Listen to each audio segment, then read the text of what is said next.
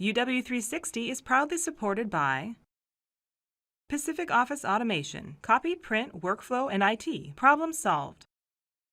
BECU, a not-for-profit member-owned credit union.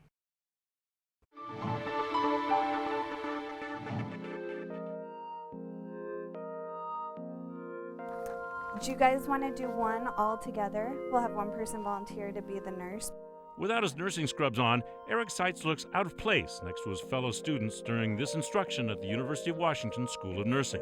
That's because this first-year nursing student is just observing a class he's not due to take until this fall. Eric is determined to succeed at his student career here.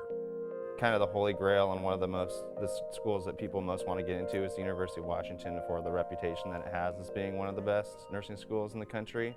Basically, they were going in every day to do the debridement surgeries. Eric was accepted at other nursing programs, but his decision to choose the University of Washington's lies in his disfigured and badly scarred right leg. So this is the scar that happened. It basically starts right above the hip. The result of an infection that left him in a coma and very nearly killed him. Living in bad environments, not being really clean and hygienic with that behavior, that I ended up getting that infection. Eric grew up in a loving middle-class family in Redmond, but in his teens and early 20s, he chose the street life in Belltown and here in the back alleys of the University District, homeless, drifting from shelter to shelter, and becoming a drug addict. It was his addiction that led him to inject a contaminated dose of heroin into the muscle of his right leg 5 years ago. He was 24 years old.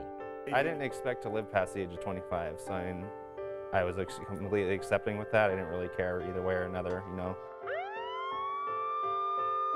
He arrived at Harborview Medical Center in November of 2008, diagnosed with necrotizing fasciitis, known more commonly and gruesomely as flesh-eating disease.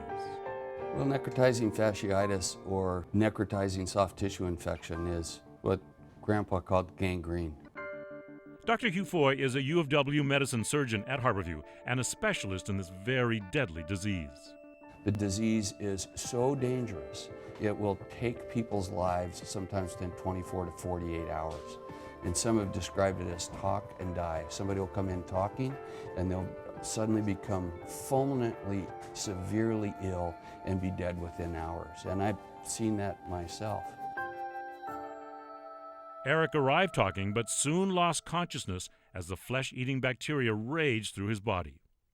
Eric spent his 24th birthday in a coma here at Harborview Medical Center. Though he was unaware of them, his family surrounded his bedside, bringing balloons and singing happy birthday. His doctors said he had a 5% chance of survival. But thanks to luck and the skills of his doctors and nurses at Harborview, he did survive. It was due to them, he says, that he determined to turn his life around and become a nurse himself. So that was kind of a humbling experience for me, and it really showed me to be grateful for a lot of the more simple things in my life. But if it's a small clot, what they would first want to do is actually just remove that clot. Now, in addition to pursuing his nursing classes, Eric volunteers at overseas surgical clinics during his summer breaks, most recently in the jungles of Ecuador. We are basically doing direct surgical care for people for free in the most remote areas of the country and within the jungle. It keeps me in a mentality of helping other people rather than focusing on myself, and it's because I got a lot of my hospital care at Harborview. Ever since then, I've been trying to find ways to repay society. So they'll go in and they'll literally put in something to read. His goal now is to complete the nursing program at the University of Washington and use those skills to reach out to others who are homeless and addicted, to treat them both physically and emotionally, and to serve as an example of what he had to learn the hard way, that a better life is possible. My motivations have not really been anywhere other than to really be helpful to other people. And it seems like things have been put in place to allow me to do that.